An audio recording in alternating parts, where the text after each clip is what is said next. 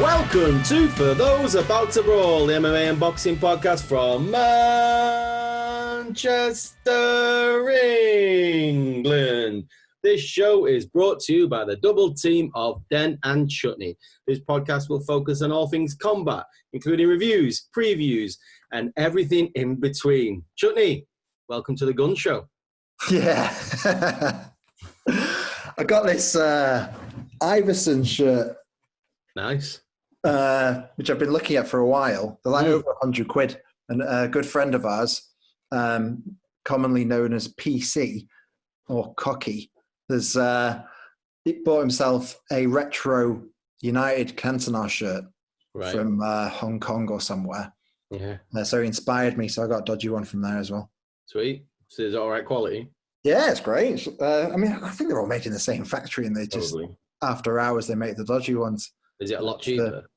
Is it worth it? £30 rather than 120.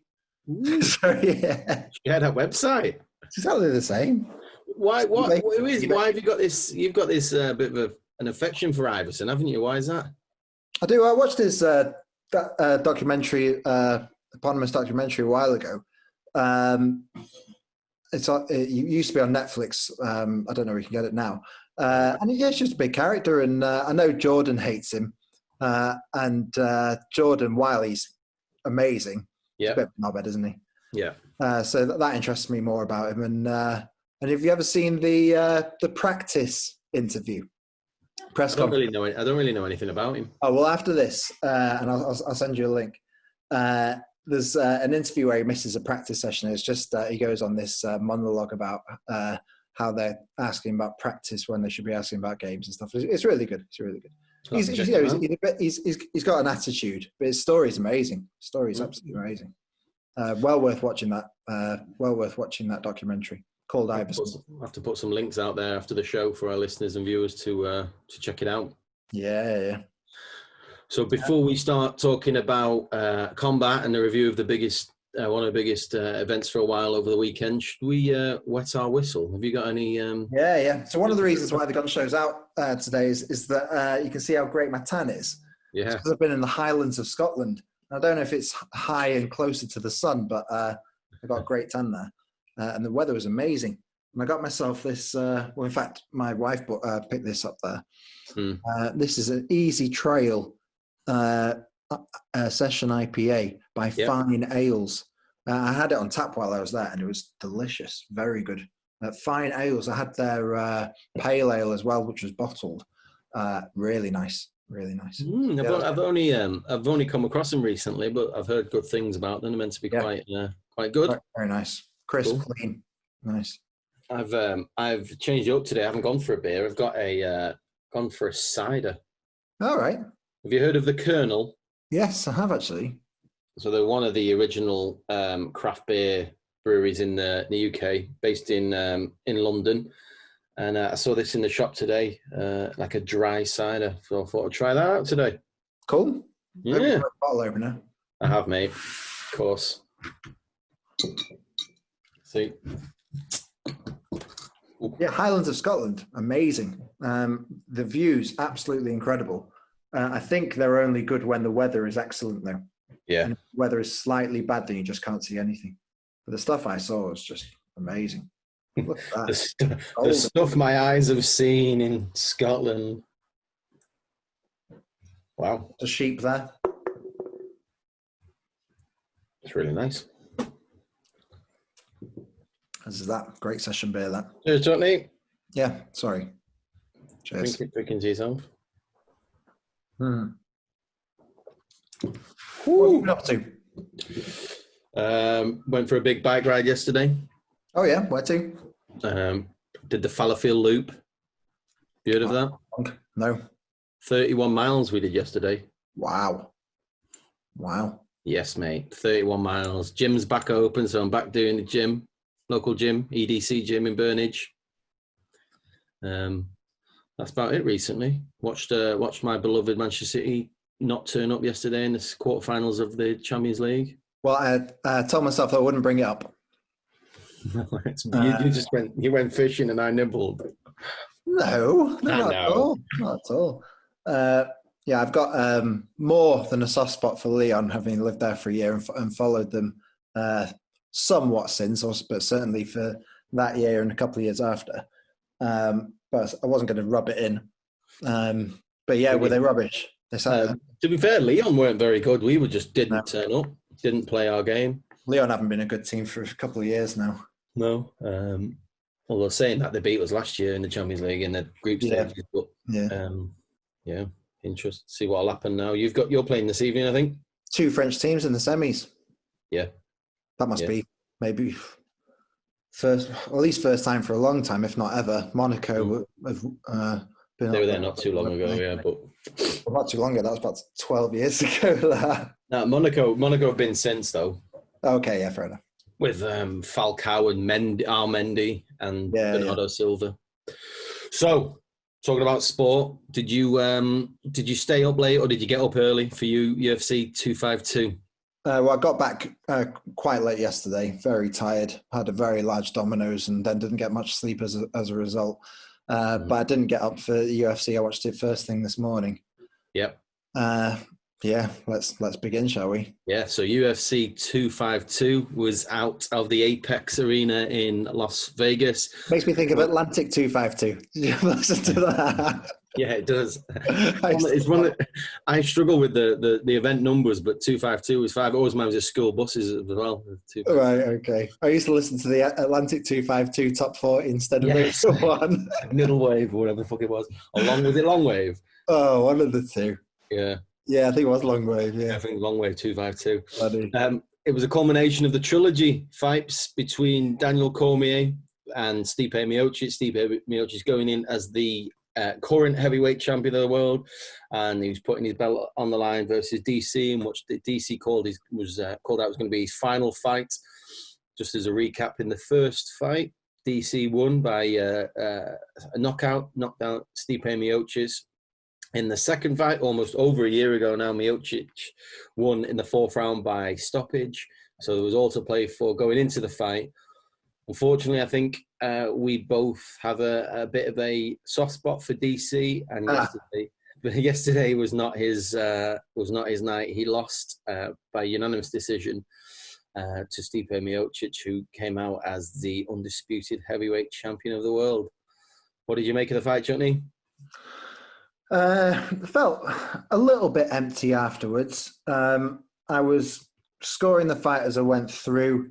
Yeah. I scored it for Stipe 3-2, but it was the 3rd round that really meant that I felt a bit empty afterwards. I don't know if I suspected, and I may well be wrong, that it was the same for Stipe, who didn't really celebrate the win at the end. No. But there was an eye poke in the 3rd round. Eye poke, yeah. To tell you what rounds I gave to people, I gave Cormier the 1st round, although it was very close. Yeah. Stipe the 2nd, Stipe the 3rd. That was one with the eye poke, and DC the 4th, Stipe the 5th. The eye poke was horrendous, absolutely horrendous. One of the worst I've seen. In terms of the results of the eye poke, or the actual damage that was caused, yeah. Yeah, the damage that was caused rather than it was accidental. Could have happened to anyone. It could have gone the other way in that fight. Because it was the second. It was the second major eye poke of the fight. The first one was DC when he caught Stipe in the 1st round. It was the second eye poke. You call it a major eye poke? Yeah, well, the first. So DC caught Stipe in the 1st round with an eye poke, and there was a stoppage for about 3.5-4 minutes. It was looking. That was pretty major. Yeah, it was a good old while. Right, okay. Must be so excited. But... Very excited, mate. Yeah, it was a long time. But anyway, so in this fight? Yeah. It's 3 or 4 minutes break? Yeah. Right. 1st round. Right. Yeah. I know it stopped for an eye poke, but... Yeah. Fair. Well, Miocic did a fair few walking around, and DC was like, I'm sorry. Mark Goddard gave DC a very stern telling off, sterner than usual, because he's got a little bit of form for it. Certainly in this fight that they've had twice before, because Stipe is a lot taller than him, and when he has his hands up to maybe catch a punch, or grapple, he's pointing his fingers and points his fingers up like he should rather than forwards. Yeah. In the actions, if you're listening, he's actually more likely to poke him in the eye having his fingers up rather than forwards. Which isn't really his fault. There's only so much he can do, especially when he's a grappler as well. Was it a deciding factor in the outcome of the fight, do you think? The problem is we just don't know. I think Stipe was... How far into that round was it?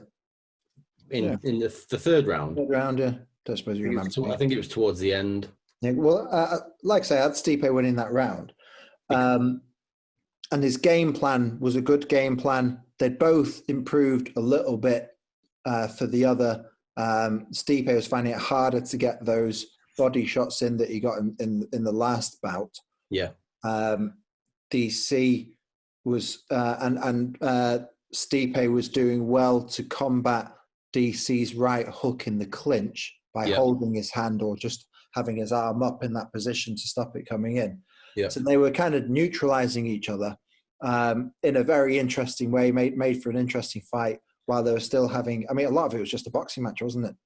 Well, I think, definitely a little dirty boxing. I think DC was quite lucky that the clock ran out of time at the end of the second round because I think it was this close to being stopped when Miocic caught him and he fell to the ground and he landed in the same type of position he did in the previous fight when he got stopped.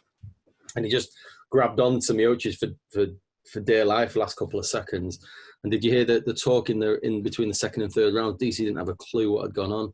Did he drop me, you were saying? Did he drop me? Yeah. He's a poor warm. He didn't know what had gone on. And I think that was very close to being over. And then, so throughout the third round, I think John Anik said that Cormier is renowned for taking the third round off. And I think he did take the third. Miocic had him against the cage for most of the fight of the third round. Miocic's mistake, though.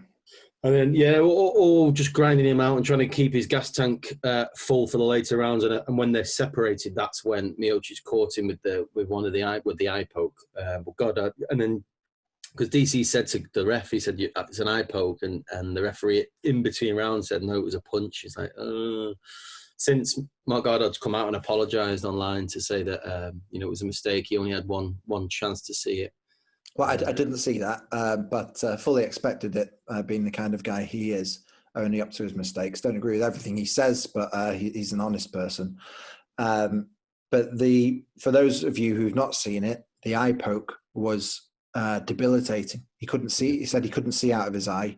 And when you're fighting someone who's one of the best boxers in the sport, never mind the division or the organisation, you need two eyes. And he couldn't see that right hand, and it came in regularly, which just changed the fight entirely. And I've been thinking about it all day. Been thinking about, well, there was still a fight. We still saw a good fight for 2 rounds. DC even won the next round. Sorry, for me. How did you score it? Do you know? I think I had it 4-1 overall. I think the one that's really tight is that fourth round, like you said, the one after the eye poke. So. Did you give the first round to DC then? Yeah. Yeah. First round to DC. That was very close as well. Yeah. I think a lot of it was close, but I think Miocic was just a bit sharper. And when he rocked him at the end of the second round, I think DC did well to survive that third round. I thought he was just going to be on toast for the rest of it, but it's sad to see. It's sad to see it finish like that. I think it would be better to have a more definitive ending. Would you see that ending having any say on whether DC would renege on his retirement calls and come back for a fourth match with Miocic? He'd take a fourth. You think so? That, yeah. Miocic might even fight once or twice before DC comes back. It's been confirmed, or DC's confirmed by his friend Ariel Hawani that he's suffered a torn cornea. So it's pretty bad injury that it might need surgery. Because for a time when he got hit, his eye looked like it was cross-eyed for a bit. It could be proper long-lasting damage, but hopefully that's not the case. It looked very bad. It looked like it like I agree. Hopefully not, but it could be. it could be permanent damage there. I was slightly disappointed with DC's performance and strategy. I think he's been talking for every Monday for the past 2 months during lockdown that he would wrestle Miocic and he'd grind him out. We just didn't see any evidence of that. I was shouting at the TV, grab him, wrestle him, take him down, shouting. I don't understand why he didn't. There was, I think he may have said it afterwards in his post-fight interview that he needed that he didn't have the right range. Stipe always kept at the right distance, and threw his punches in a certain way where he didn't see that opening. But even if he didn't, I mean, even Stipe went in for a couple of takedowns. Yeah, I don't understand why he didn't just take a round. Yeah, there was just no variation either, really, was there? I think he went for it. He got Stipe Miocic down in the first round for a matter of seconds, and he never went for it again. And I just thought, which might be the nature of a trilogy, in that you're less likely to have variation. You know each other so well, you start to cancel each other out, which they definitely did do. Which meant that there wasn't so much of a opportunity to take him down. Yeah, I just thought he should have thrown more feints and keep him guessing. It was a shame. Definitely agree. Before we talk about what this means, and his corner was telling him to as well. I wasn't actually that impressed with his corner. I didn't think they were giving him that many kind of technical pointers. I think it was a bit generic in terms of their updates, but in terms of what they were. I mean, they had. I think it was a 4-man corner. One in the octagon, 3 outside, and the 3 outside were just pressed up against the fence like they're looking at their friend in an intensive care unit against the glass. You go, DC. You go, DC. That's not really helping. But anyway.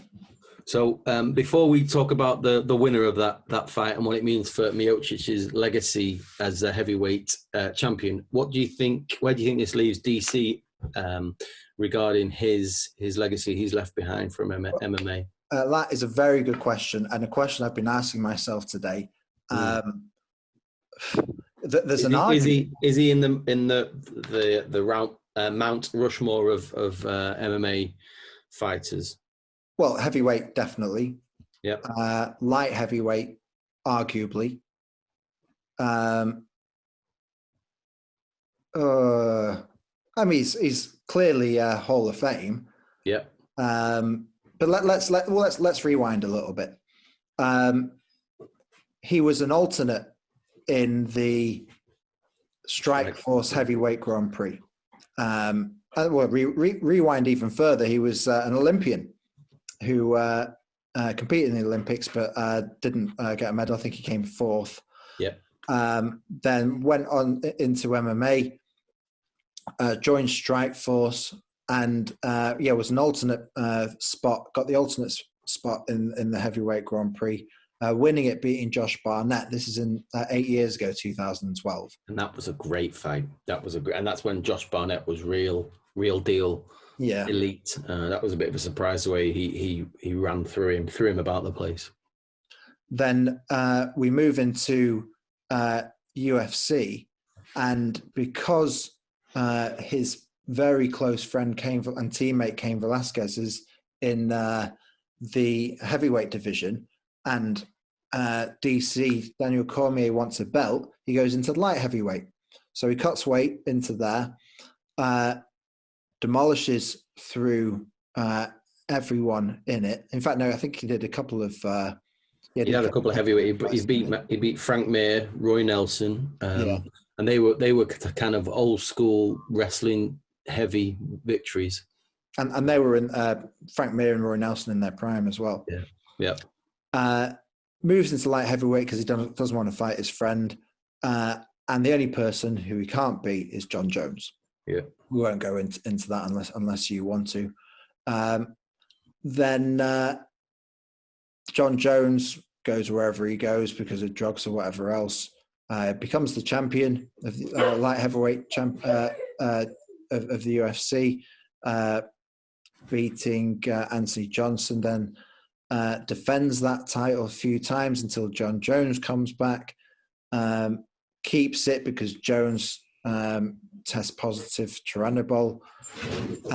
Then eventually moves up to heavyweight when he knows he can't beat Jones anymore.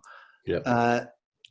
Beats Stipe, gets the belt, defends against Derek Lewis, and then there's the 2 losses to Stipe. Now it's a very impressive run. I've not mentioned the names in there, but they are all big names that he fought, all big names that he beat.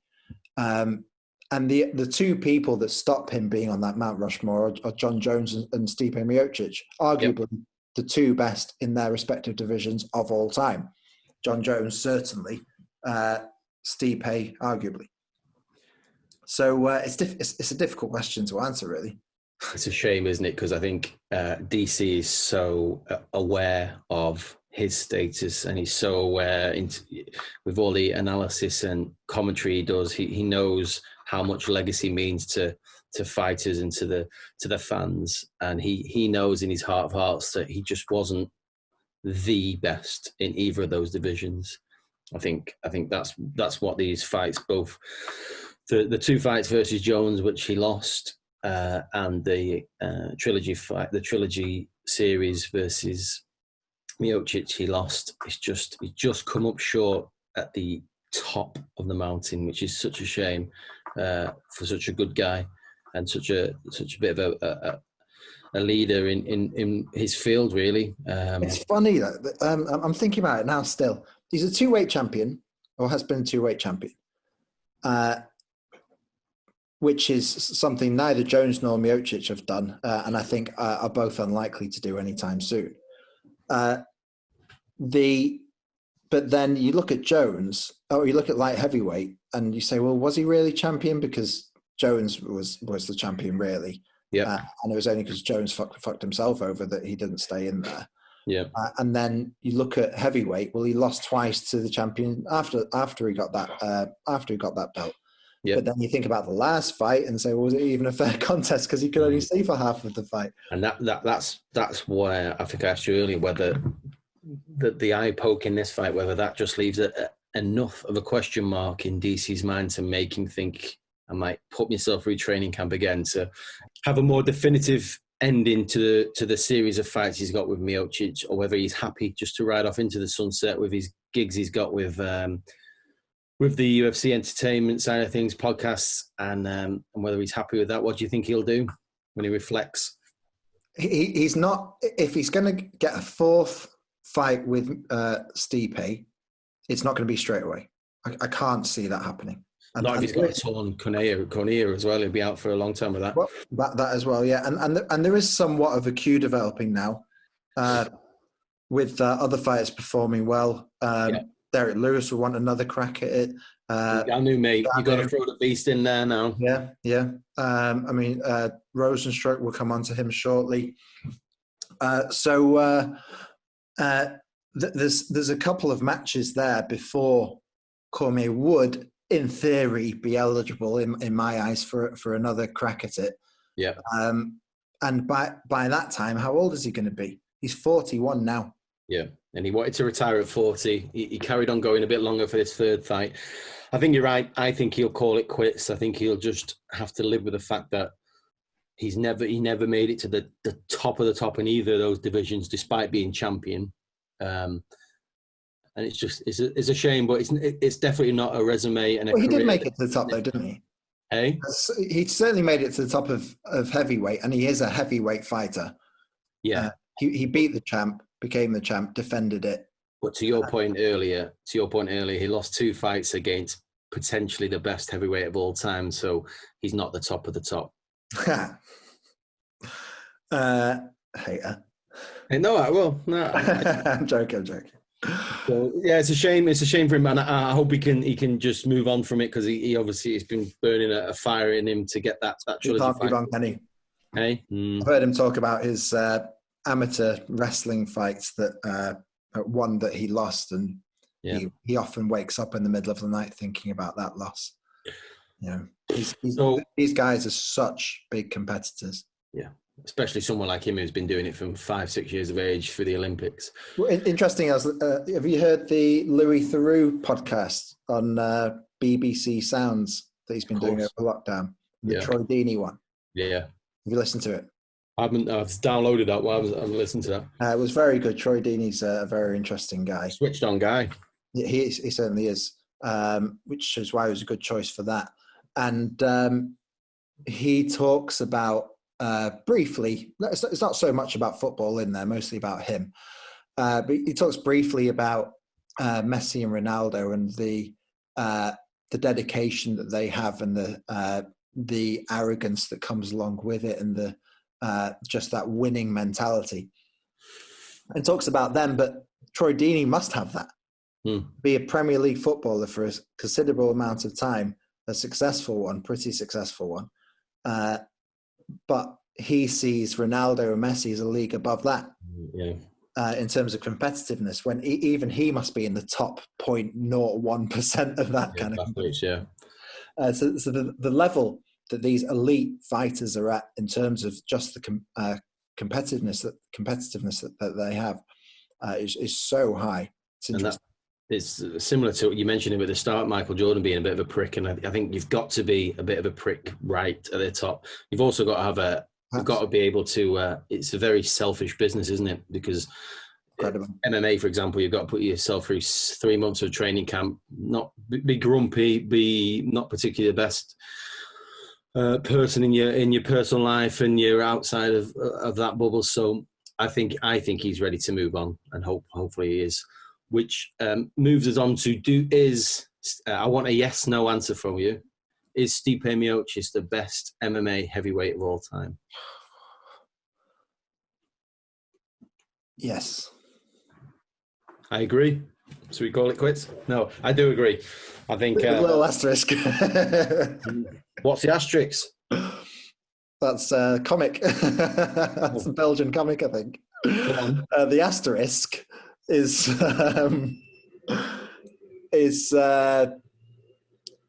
that eye poke. Right. And it's funny because that fight there was pretty much who is the best of all time. Right. I think if DC won that fight, I wouldn't have called him the best heavyweight of all time. Why not? His resume doesn't stack up to Miocic at heavyweight. And sort of simple as that. If he'd beaten Miocic twice. Yeah.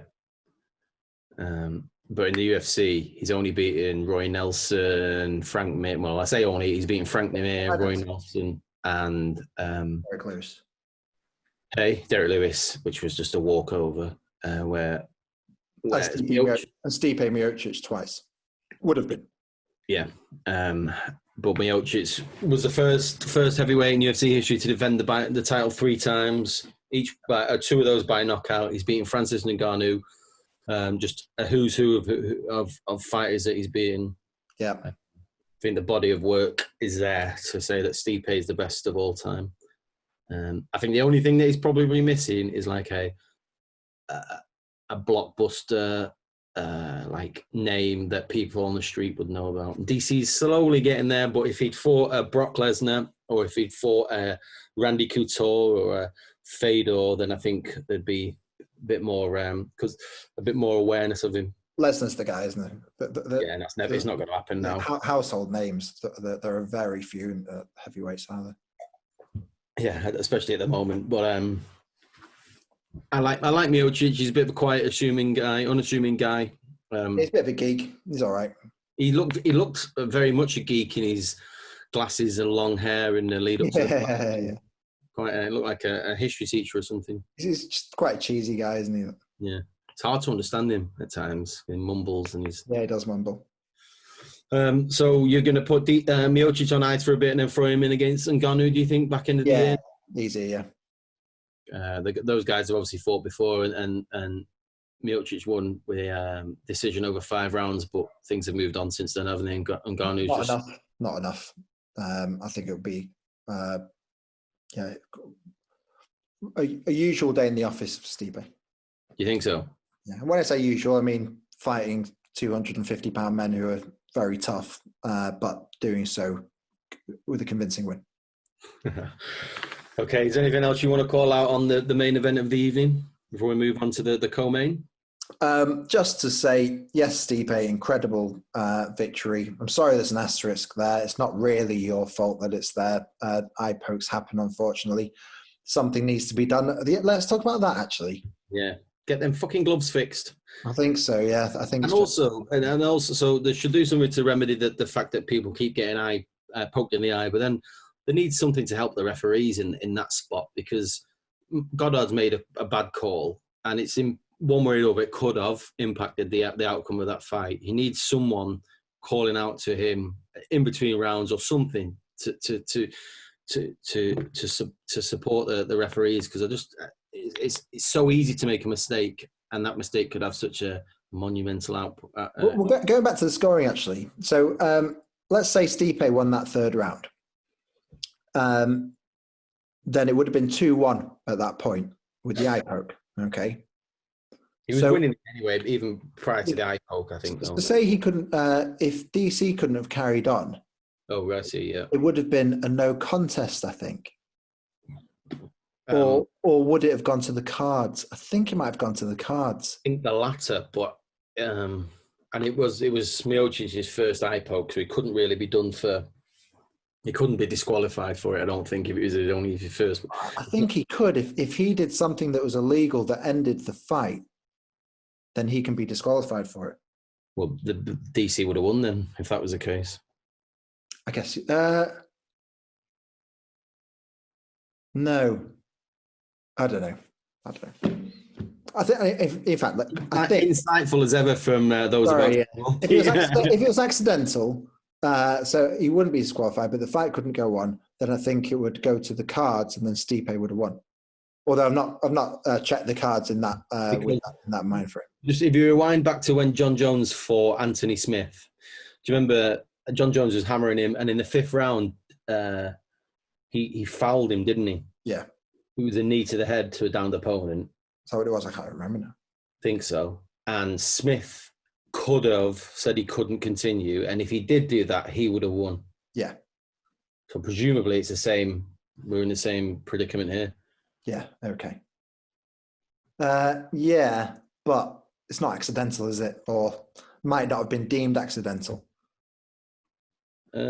Well, an accidental. Well, if it wasn't deemed an accidental eye poke, it'd be an eye poke that you meant to do, and therefore you could be done for foul play, and you could have been the fight could be over because you've done something intentional.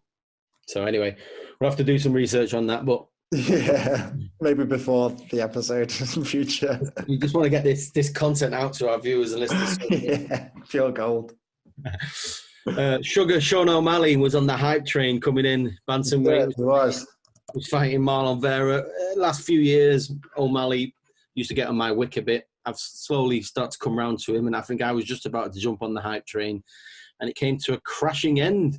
He lost in the first round via TKO, elbows on the ground. Although that was the stoppage, there was a bit of a lead up and story to that, wasn't there, Chutney? Well, the T-shirt that I bought for 30 quid last week, I'd probably get it for a tenner today. So I was already on that hype train. Did you buy the one that he was selling? Yeah. Oh, right.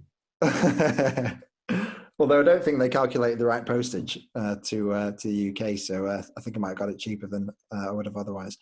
But Sean O'Malley, I've been trawling the internet today to find out what happened. Do you know? Oh no, so I remember it happening because. Did you explain it then? Your intro, any of it?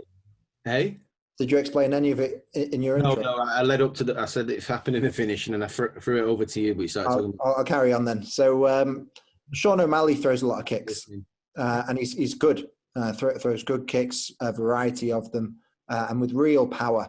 And this fight started off, and as before, throwing these kicks, mostly right kicks, and you can hear them like really clearly. It's one of the benefits of not having a crowd there, where you know when something really connects because you hear it.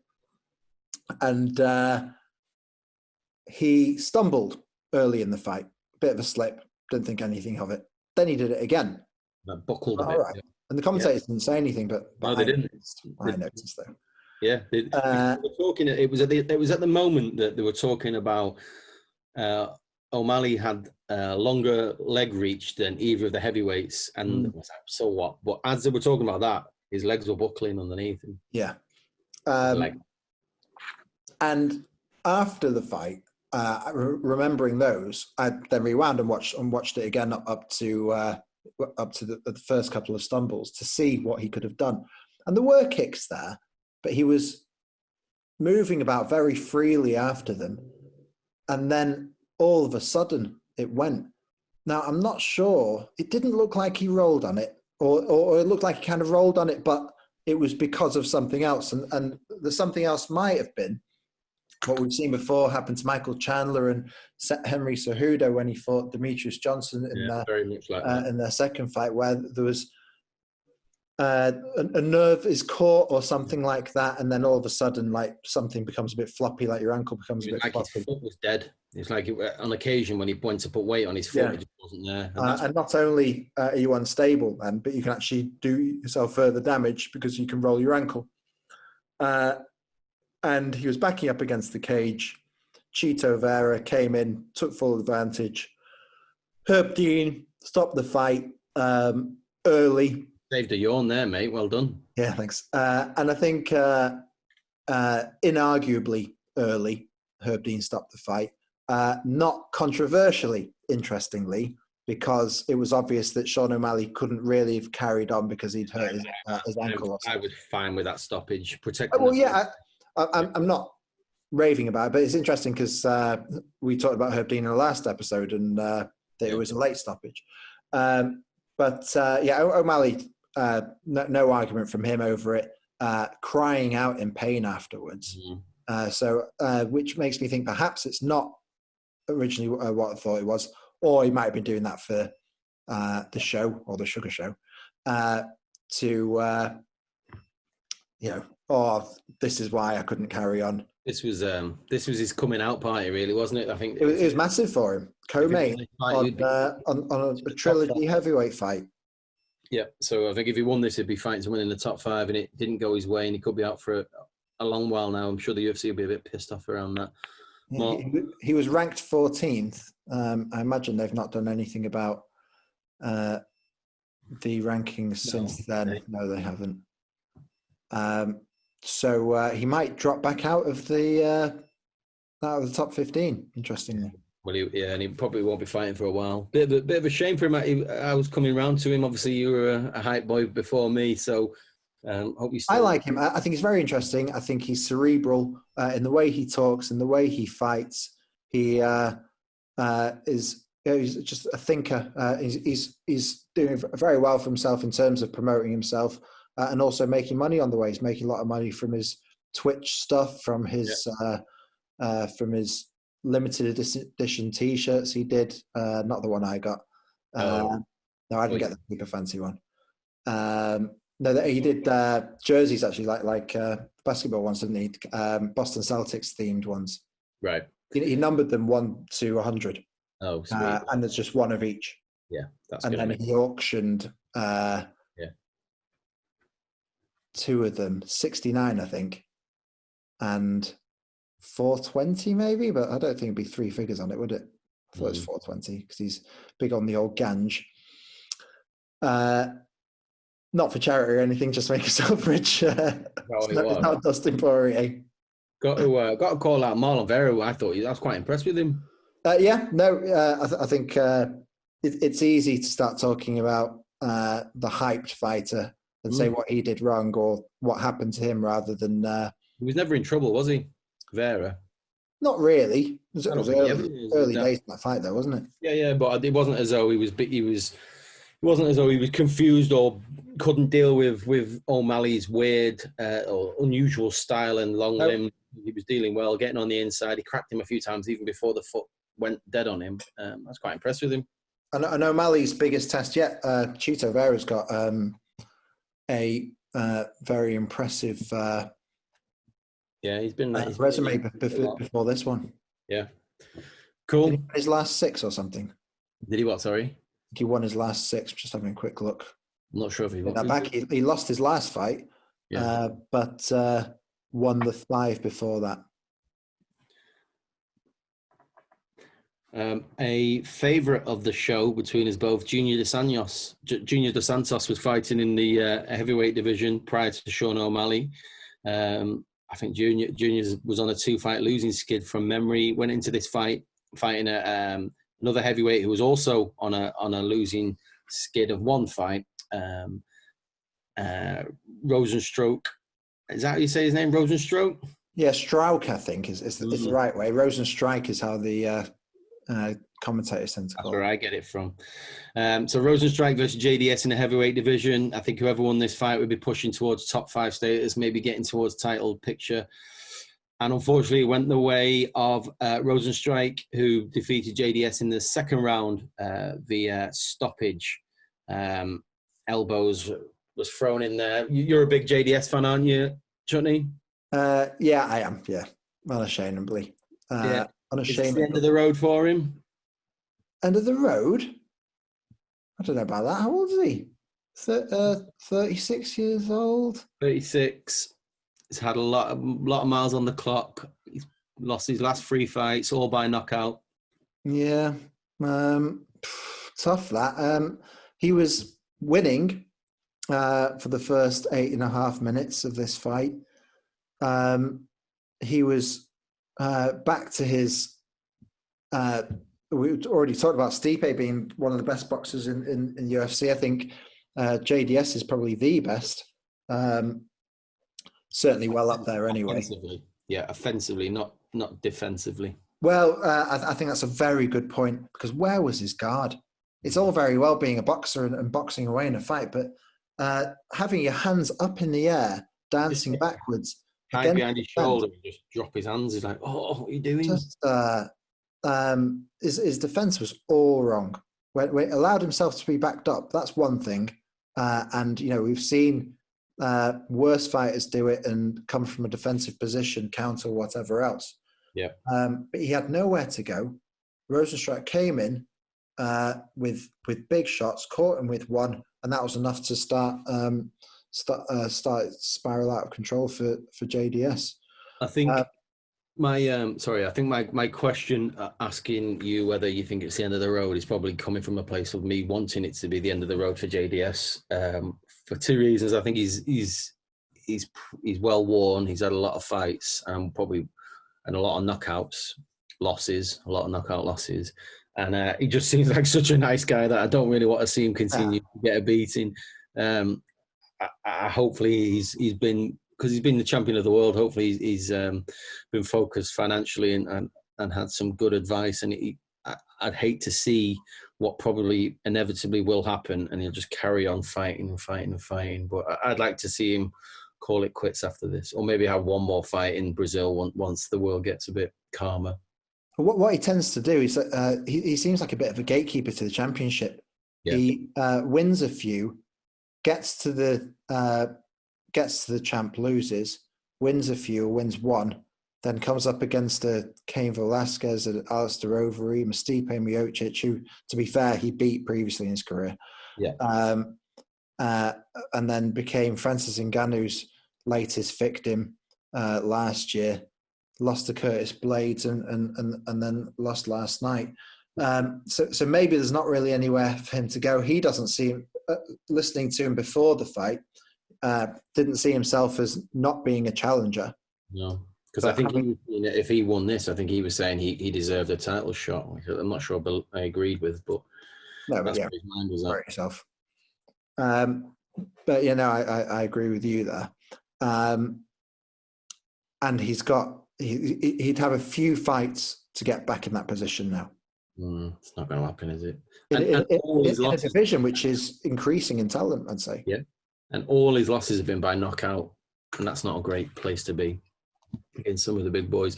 Rosenstruck then, coming back after that rapid loss against Ngannou. I think he lost in 9-10 seconds or something, or 20 seconds or something stupid, not too long ago. Could he start to build himself back up as being a contender in the top 5 and eventually for the crown, do you think? He's a big, scary guy, isn't he? Yeah. I've seen those tattoos on his biceps. Yeah, biggie boy. They're like proper scary African gangster tattoos, the ones that bulge out a bit. Yeah. He is. He's not been in MMA for very long. I think he's about 6 fights in. Sorry, it's more than that. Sorry, 10, 11? Yeah, 11 fights in. Sorry, 6 fights in UFC, I should say. Right.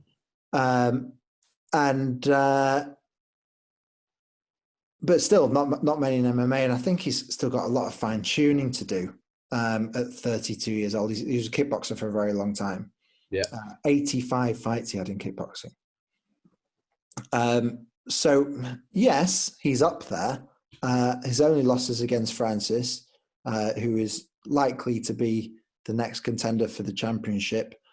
I'd have no argument about him getting a shot. Would you not? I mean, there's not that many other names in there, really. Right up there. Yeah. No, it was a good performance. I think he probably was losing, like you said, for 8.5 minutes, but he was losing for 24 minutes in a 5-round fight versus Elsa over him and cracked him right at the end. So he's obviously got the staying power. That was a horrible, horrible punch. Wasn't it? Real damage. Did you see the catchweight fight that led up to that fight with Daniel Pineda versus Herbert Burns? I did. Decent little fight, that. It was, and very impressive from Daniel Pineda, someone who I'm not incredibly familiar with. He's been out of the UFC for a long time. Yeah. Having been dropped a while ago. And I believe he got this fight on 2 weeks' notice. Is that right? Yeah. Because I know he lost 27 pounds in 2 weeks.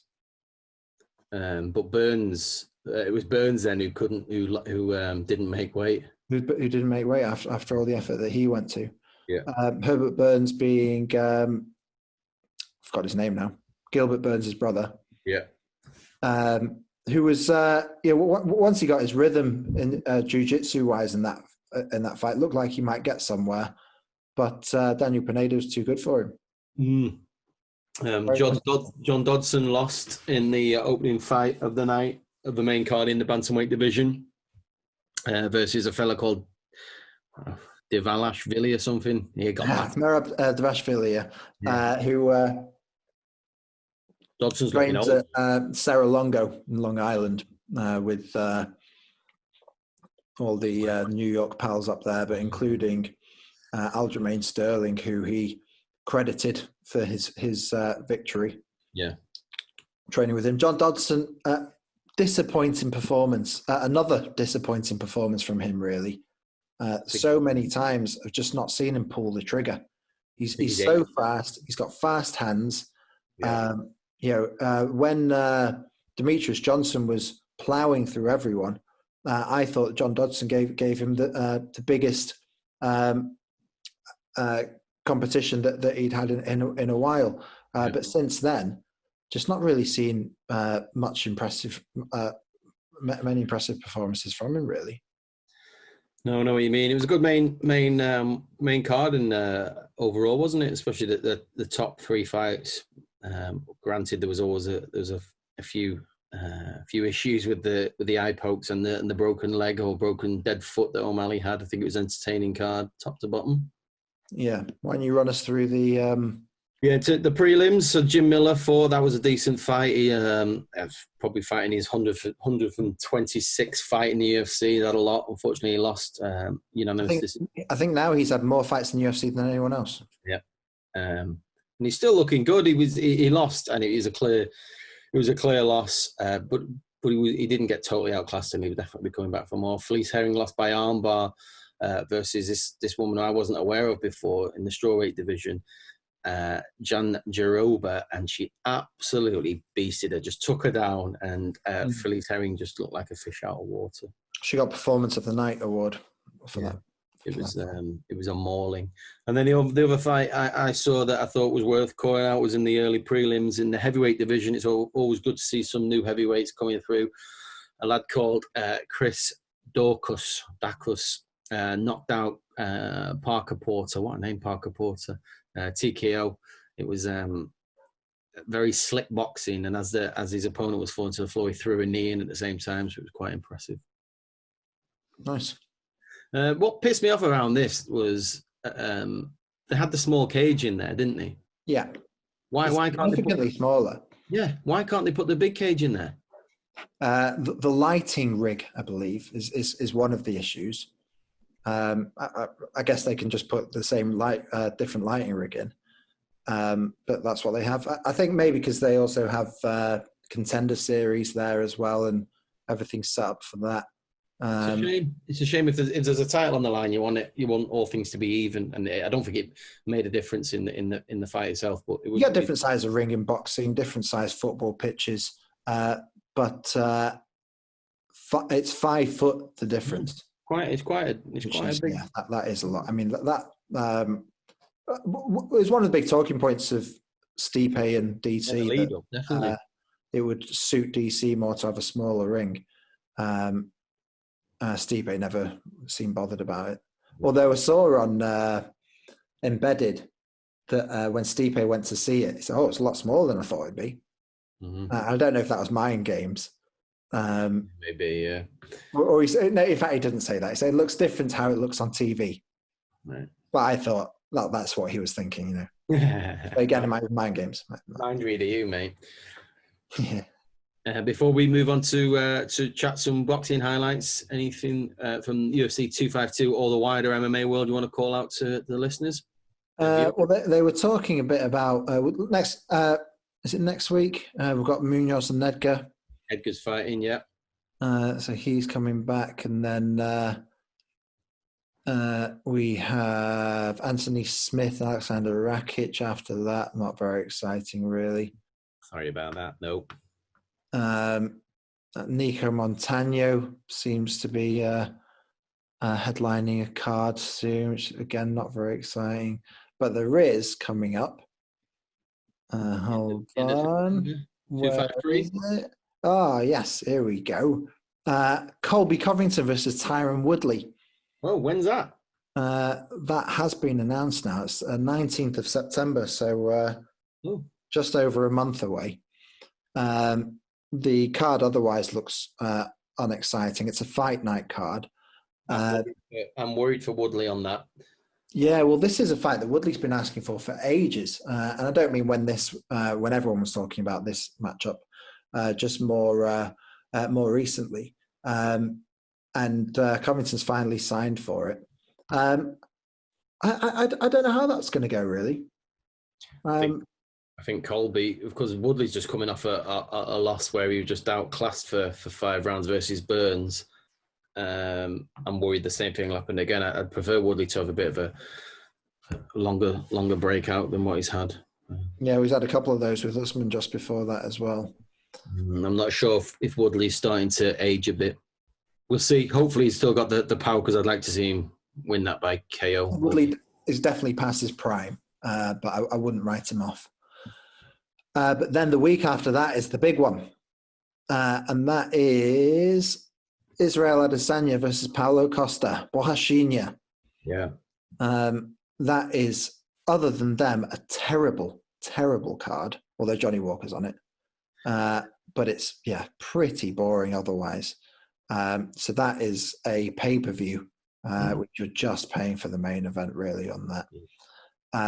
They've not decided for definite where it's going to take place. I suspect it will be in Vegas. The apex of it, same place. Yeah. Promises to be a very exciting fight. Yeah, man. Who do you talk about when you talk about those two guys? Cuban. When you talk about Israel Adesanya? Yeah, Cuban middleweight. No one knows how old he is. You've fucking my memory's gone now. I always do this to you, don't I? Hold on, Yoel Romero. Yoel Romero. He is injured.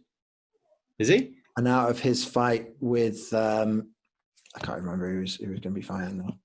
You've pulled a blinder here, you. Yeah, I know. Ignore me. So the guy who I can't remember is fighting the guy I can't remember. Sweet. But he's so old, Yoel Romero. I mean, he's supposed to be 43, but Uriah Hall. Uriah Hall, thank you. He's supposed to be 43, but people think he's possibly like 5 or 6 years older than that. So he's nearly 50 years old. Yet he has the body of a Greek god. But he's injured and out of his next fight, which is a shame, which might signal he's not really part of that discussion at the top table of the middleweight division anymore, I don't think, and won't be again. Should we talk about some highlights from boxing and a look ahead to what's happening in the... I think that's a great idea. Yeah, Carl Frampton fought last night at York Hall. It was weird watching that behind closed doors. Yeah, it's interesting that they did it there. Yeah. They must have, that promotion must have bought the venue out for a while. Frank Warren's guys, obviously. He won by stoppage. I think it was in the 7th round. It was versus a lad called Darren Trainer. Frampton's trying to come back for a third world title fight at the age of 32, 33. He looked a bit sloppy in the first couple of rounds and then came through. His power was the deciding factor in the end. Darren Trainer was calling for the ref to stop it in the back end of the 7th round. I always like seeing Frampton fight. He's a vicious little fecker, isn't he? So it was good to see him back in the ring after his fight with Warrington Josh Warrington not too long ago, which was a barn burner. Anything else? Have you seen any boxing recently from the back garden of Eddie Hearn? Yes. Along those lines, Cecilia Breakhouse lost her first fight to Jessica McCaskill. Yeah.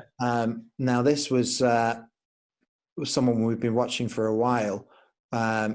We were hoping for a super fight with Katie Taylor. I don't think Katie Holmes would do too well against her. Why have you got Katie Holmes on your mind if she's not on your browser there or something, is she? My background. Oh, yeah. So that's a blow to that, which is a shame, with Katie Taylor doing the Pursoon rematch on 22nd of August on that box office card. That's next weekend, the Dillian White and Alexander Povetkin card. So that's a shame for that. So, but watch this space for the future. Maybe they will rematch and see what she can do.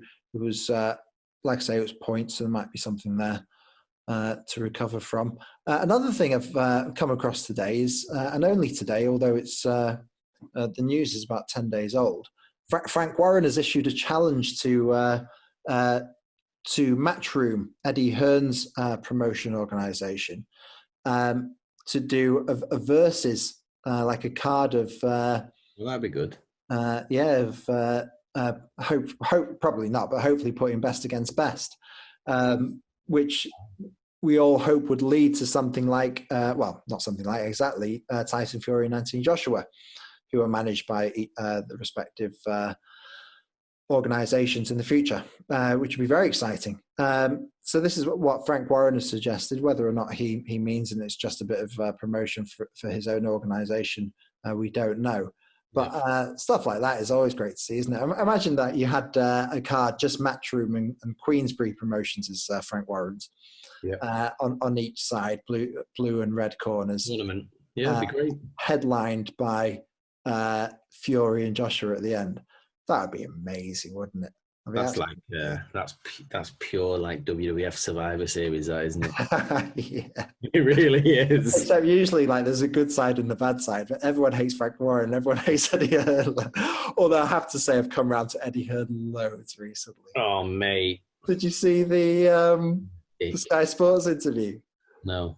So he's about to be interviewed on Sky Sports, and the presenter goes, right, yes, we're here at the Matchroom Boxing weigh-in before the big weekend of fights, and I'm here with promoter Eddie Hearn. And Eddie Hearn just goes up to the microphone and goes, "Shalom, motherfucker!" The presenter goes, "Apologies to the audience at home there. This is live, Eddie." Right. And his head just goes into his hands. He's like, "Oh my God." Shalom, motherfucker. And he's so geeky. I know. He used a catchphrase from a TV program 15 years ago. From at least 15 years ago, more than that, in fact, close to 20 years ago. Needlessly, and the guy said to him, like, Stop, Well, he's speaking like he's presenting the program, so he's happy to fuck up the take at least. Very funny. Very. He's just a massive geek, like Rick, when it comes down to it all. Is that why you feel like you've got an affinity with him now? You're starting to see him. I'm a cool dude, mate. Oh, well, I'm not saying you're not. I don't know what you're Well, thinking. I'm friends with all types. I don't. I'm not judgmental. So I'm friends of all types. Are you sure? even with you, with your desperate Dan beard. Desperate Dan hasn't got a beard, has he? Well, he's got massive stubbly points that pretty much constitute a beard for me. Fair enough.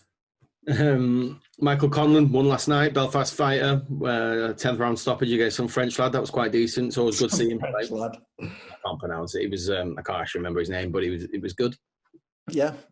So watch that out. Watch that. Get it repeated. I think that was in Frank Warren's your call as well. Anything else from the world? Well, we've got. Do you want to call out who do you think is going to win this Saturday?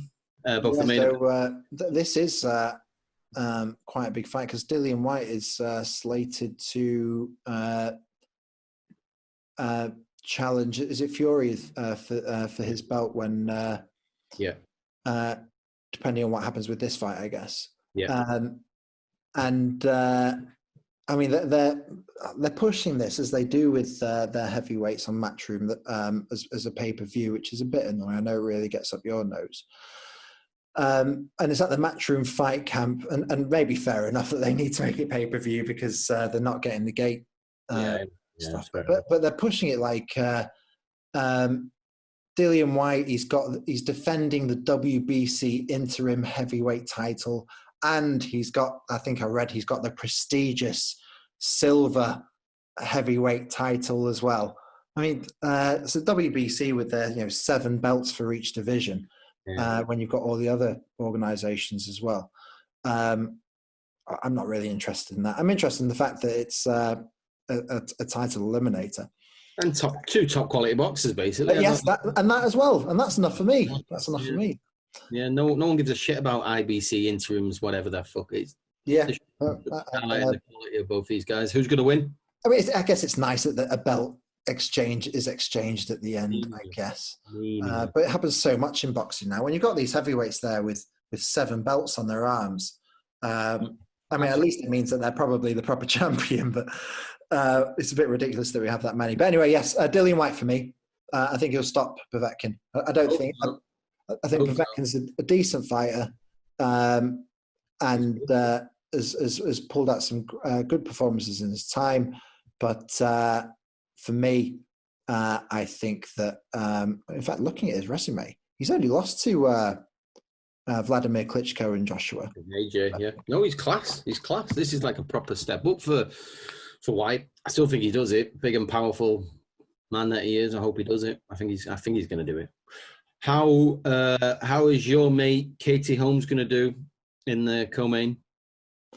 Well, it's difficult to say. I don't think we've seen a fight for a bit. Was it the last time? The last fight wasn't the one we went to, was it? No, she's fought since then. Yeah. But she wasn't very impressive in the one we went to. She's most people felt that she lost the last Pursuit matchup. I thought she did.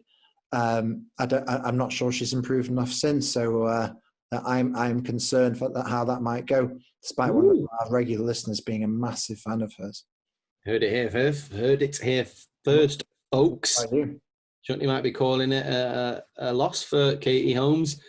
I'll go all in on that and say yes. I predict a loss for Katie Holmes. I think that hype train ends on Saturday. You repeat Katie Holmes then? You're happy with that? Did I? God. Did you say Katie Holmes then? Yeah, I've been trying to get you to buy it, and you've just carried on, not noticed. Bastard. I think Katie Taylor wins. Former Scientologist Katie Taylor. Yeah, is going to lose. You think she'll win? Yeah. I hope she does then. Anything else from the world of combat you want to tell our listeners and viewers? Let me have a quick look at my notes, but I don't think I've really got... Oh, I do have something actually. Hold on. I should have said it earlier. It's quite... Well, so it's quite what's big fight recently that someone put the first $1 million bet down in UFC? $1 million bet? Yeah, it was the first $1 million bet in UFC. What big performances do we have recently? Israel versus Whitaker a while back. That was a big fight. No. In lockdown. I'm sorry to do it to you again. Well, I'll come on to that in a second. But someone put on a bet for Sean O'Malley to win $41,000. What, for last night? Yeah. He would have won $55,000. Oh, what's the point? And that's what it would have paid out. I mean, so he would have won like 14, and he lost. Now, I was thinking about it, and it's just absurd that someone would do that. Yeah. That they would put on a bet that big in a situation where, like, when it comes to football, I think in one of our groups last night, someone said in a 90-minute game of football, anyone can win. You know, you say like a FA Cup game and it's United versus some conference team. Yeah, you expect United are going to win. Pretty confident of it, but you never know. Not sure nowadays, mate, but yeah. You know what I mean? They'll pick United because it's the one people always go to. But anything can happen. Someone might get a dodgy ankle in a fight, and then you've lost 44 grand. That's the nature of gambling on individual sports, isn't it? Yeah, silly billies. Whoppers. Silly billies. I can't find what fight that was that someone put the first $1 million bet. Talk about something else while I find this. One thing I'll talk about is we've recruited a new and very expensive sound producer who will be working on this recording over the coming hours. So hopefully our viewers and listeners will see a marked improvement of our content. And known as it was. Fucking hell, then you just shout over me, you peanut. I got excited. It was boring what you're talking about anyway. Well, fucking not as boring as, have you talk about this and I can't remember anything. A guy put $1 million on Nunes beating, I can't remember who it was now. Felicia Spencer, which was... at the end of the story, you put a bet on. Yeah, and that was so much more certain than O'Malley winning that fight as well, because O'Malley is an up-and-coming star, rising through the ranks, facing harder. It's like when we were watching Conor, and we were watching coming through, and like, oh, this might be the one where he finally meets the wrestler that he can't handle or whatever. You're never certain, but you're thinking, well, this is pretty powerful run that he's going on. He might go all the way. Yeah. But fucking hell, I wouldn't have put $1 million on him beating Chad Mendes, you know. Because you were asleep during it. I stayed up for that one. Only just, mate. Tim fell asleep. Before you don't name people, but anyway. I know, yeah. On that one. We've got, no one ever gets to this far through the show anyway. Yeah. In fact, I was looking at our stats on YouTube, and you are completely correct. We need to shorten the show. That's probably the best joke I've said in this, and no one will hear it. So hopefully our sound engineer will hear it. Now we've got him. Yeah. Cheers, Heed. Thanks, Heed. Is there anything else you want to call out to our fans who are listening and have made it through to the end? Just that you can find us on Twitter at FTabNews. You can email us at ftabpod@hotmail.com. You can find me at Chutney News on Twitter. You can find Den at Braemar Soldier. That's BRAEMAR Soldier. You should like and you should subscribe to our YouTube channel for those about to brawl. Lots of subscriptions. That would help us, please. Any 5-star reviews you want to give us. Frankly, any points, whether positive or negative. If we can improve the show in any way, we'd love to hear from you. Yes, absolutely. But thank you for listening. Thank you for watching. You are great people. And I think I'm going to go outside and smash some little kid who's kicking a football against my car. Is it really? Well, they're playing football. I banged against my car. Fucking little bastard. Right, ladies and gentlemen, boys and girls, the only thing that's left to say is, for those about to brawl, hello you.